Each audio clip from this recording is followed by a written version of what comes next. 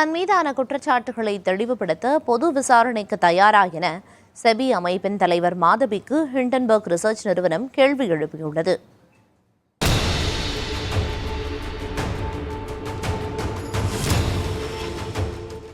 அதானி குழுமத்துக்கு தொடர்புடைய வெளிநாட்டு நிதி நிறுவனங்களில் இந்திய பங்கு பரிவர்த்தனை வாரிய தலைவர் மாதவி புரி புஜ், அவரது கணவர் தாவல் புஜ் ஆகியோர் முதலீடு செய்திருப்பதாகவும், இதனால் அதானி குழுமத்திற்கு எதிரான புகார்களை செபி அமைப்பு முறையாக விசாரிக்கவில்லை என்ற குற்றச்சாட்டை ஹிண்டன்பர்க் ரிசர்ச் நிறுவனம் முன்வைத்தது.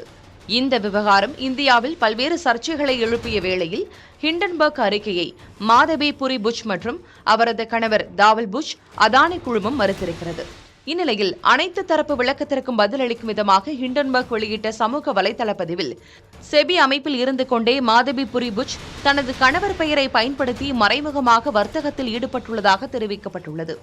அதே சமயம் மாதவி புரி புஜ் சிங்கப்பூரில் நடத்தி வந்த ஆலோசனை நிறுவனத்தின் வாடிக்கையாளர்கள் குறித்த விவரங்களை தெளிவுபடுத்த வேண்டும் எனவும் ஹிண்டன்பர்க் ரிசர்ச் நிறுவனம் கேட்டுக் கொண்டுள்ளது.